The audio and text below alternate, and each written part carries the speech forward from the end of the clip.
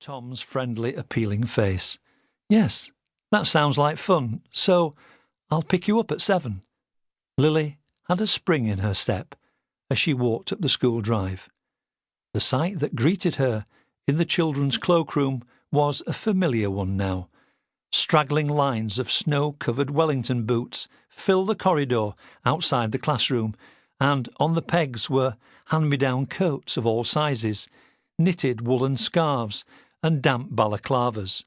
Meanwhile, coughs and sneezes echoed in the Victorian rafters, and the bitter wind rattled the wooden casements of the tall windows. Few children owned a handkerchief, and many used the sleeve of their thick jumper to wipe their runny noses. In spite of all this, there was a smile on Lily's face as she walked into the school office, where Vera was checking registers with John. "Hello, Lily," said Vera. "I saw you talking to Tom Feather." Lily smiled. "Yes, he's invited me to the cinema."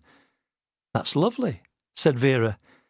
John said nothing, but gave a polite, if slightly forced, smile. "It's a Ronald Reagan film." "Oh, yes. A very handsome man," approved Vera. "To be honest, I prefer Richard Burton.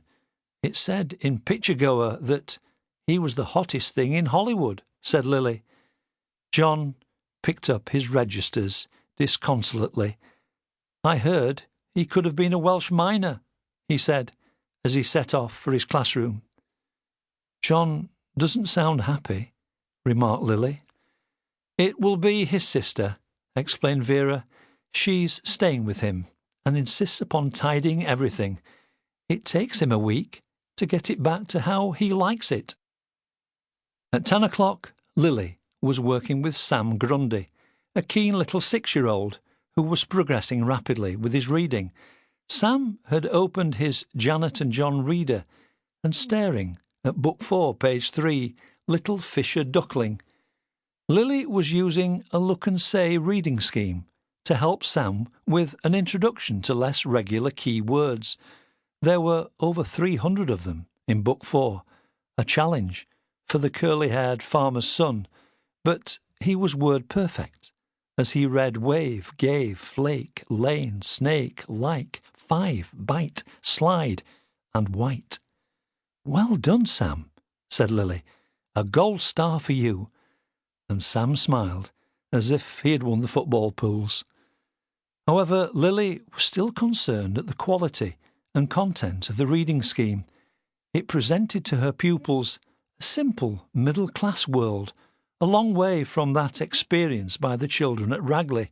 It was clear that the tale of Little Peachling meant nothing to Frank Shepherd. The incongruous story concerned a baby inside a peach who grows up and leaves home to seek his fortune. He decides to give spiced buns to various animals, including a monkey.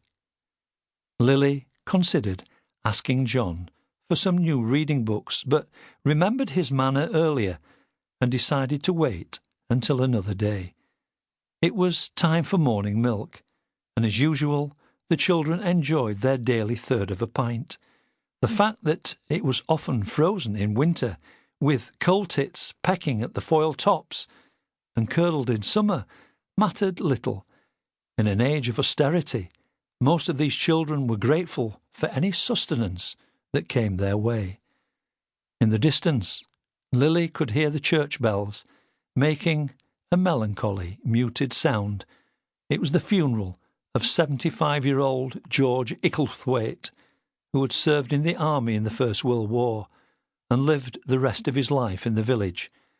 The bell ringers had muffled their bells, and Ragley folk stopped what they were doing to count out the number of times the bells tolled, one for each year of George's life. It was well known that the killing cold, as it was called by the locals, took away the sick and the weak, and Lily looked thoughtfully at the children in her care, who seemed unconcerned about the freezing weather and couldn't wait to run in the snow and slide on the ice.